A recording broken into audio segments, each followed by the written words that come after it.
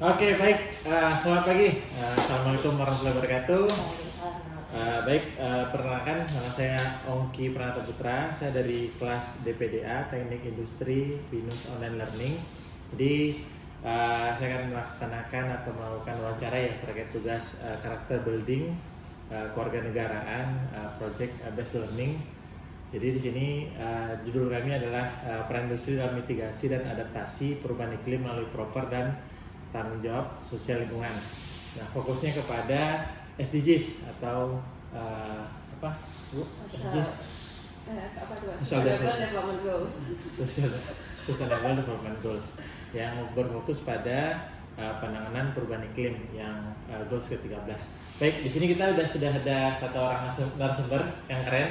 Kebetulan dari perusahaan minyak dan gas bumi yang berfokus di perusahaan distribusi migas, yaitu Bu Nurul. Selamat kenal Bu Nurul. Ya, boleh perkenalan dulu Bu Nurul dari mana? Assalamualaikum warahmatullahi wabarakatuh. Sebelumnya perkenalkan, nama saya Nurul Azmi dari Environmental Specialist PT Pertamina Patraniaga HSSE Regional Sumbagut. Oke, baik Bu Nurul, saya pengen tahu dulu nih, kan udah ngobrol terkait SDGs. SDGs itu apa sih sebenarnya? SDGs itu Sustainable Development Goals. Nah, jadi ada 16 checklist SDGs yang sebenarnya itu mencakup banyak dari sisi lingkungan, terus kesetaraan gender, terus dari tidak ada orang yang tertinggal gitu.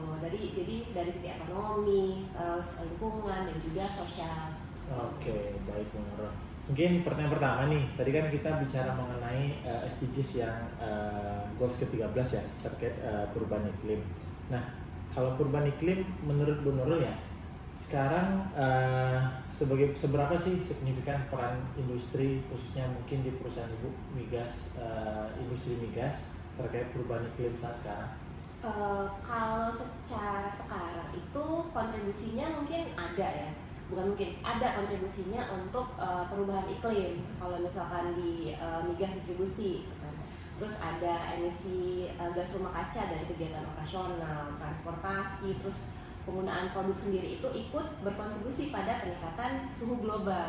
Namun sebagai perusahaan migas distribusi, kita tuh sadar tanggung jawab kita itu untuk mengurangi dampak lingkungannya. Terus after itu kita berperan aktif dalam upaya mitigasi perubahan iklimnya. Oke, begitu berarti perusahaan punya langkah-langkah ya untuk mitigasi agar perubahan iklim ini tidak terlalu berpengaruh ya terhadap aktivitas dari perusahaan kita. Iya.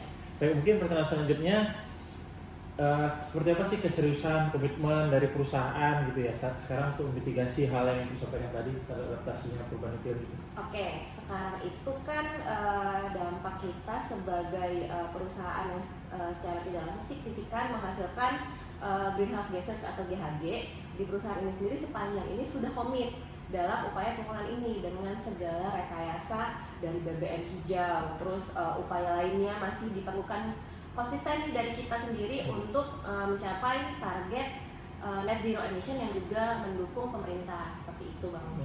Oke, baiklah. Jadi mungkin pernah kami dengar program namanya Proper ya. Nah, dalam Proper itu kan instrumen dari pemerintah mendorong perusahaan untuk meningkatkan kinerja lingkungan dan kontribusi. Nah, sedangkan di perusahaan Ibu sendiri sekarang seperti apa sih Bu implementasi Proper untuk menangani perubahan iklim ini? Oke, Proper ya. Proper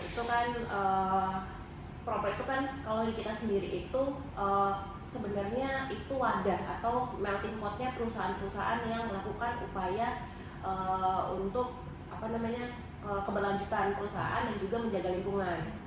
Di kita sendiri, Proper itu ajang untuk saling berlomba dalam upayanya lewat inovasi-inovasi dari energi, emisi, terus air, non B3, terus kita lakukan upaya untuk pengurangan dan juga pemanfaatan limbah yang sudah kita hasilkan. Terus saat ini itu cukup efektif dalam mendorong perusahaan untuk meningkatkan kinerja lingkungannya. Di kami sendiri, Proper itu yang kami jadiin inovasi seperti itu Bang. Jadi kita tuh mikir kan makin kesini tuh Proper makin meningkat targetnya. Di kita tuh jadi makin mikir terus nih, ini kita inovasi apa lagi nih untuk menjaga lingkungannya dan juga untuk selaras dengan niatnya proper sendiri untuk menjaga itu tuh perusahaan jalannya tetap industri hijau tapi tidak berpengaruh untuk lingkungannya.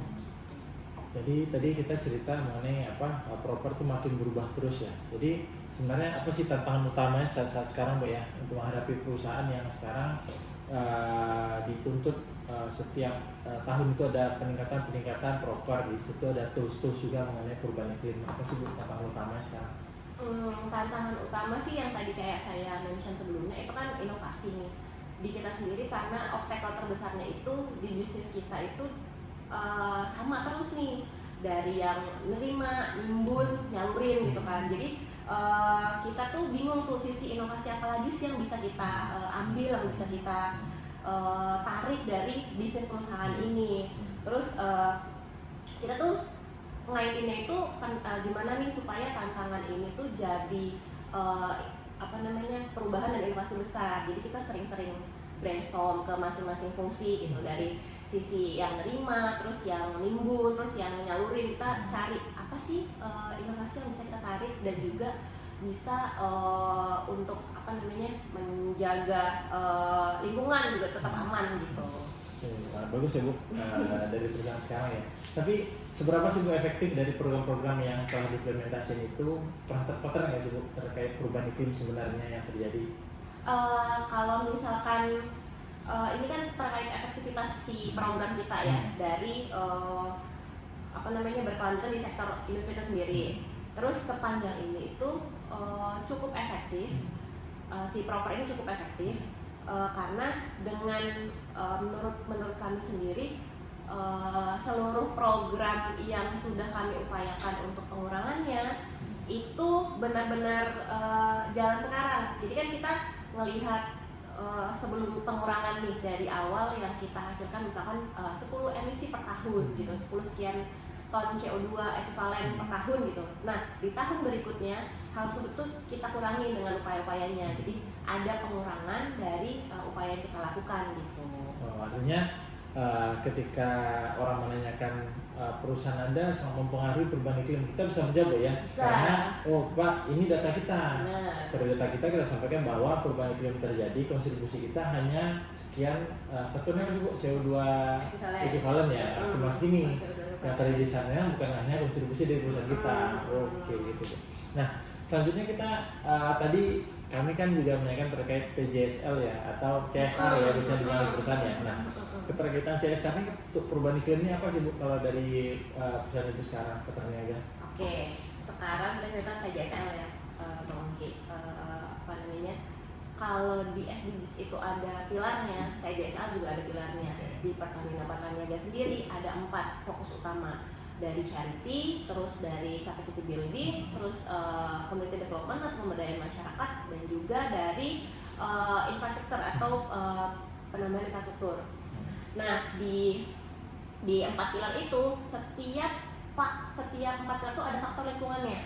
Selalu ada faktor lingkungannya. Jadi seperti kayak di kita sendiri pemanfaatan limbah non B3, sampah plastik. Ada programnya pembuatan eco-brick. Terus kita kaitin tuh bagaimana caranya semua program kita itu ada EBT, energi baru terbarukan.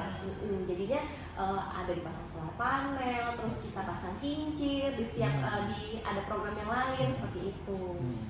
Oke, berarti artinya keterkaitan program proper yang digagas oleh pemerintah ini diimplementasi kepada perusahaan itu sangat bisa mempengaruhi ya buat terhadap tujuan dari SDGs yang 13 tadi. Penghijauan lagi. Iya, penghijauan perubahan iklim bisa ya.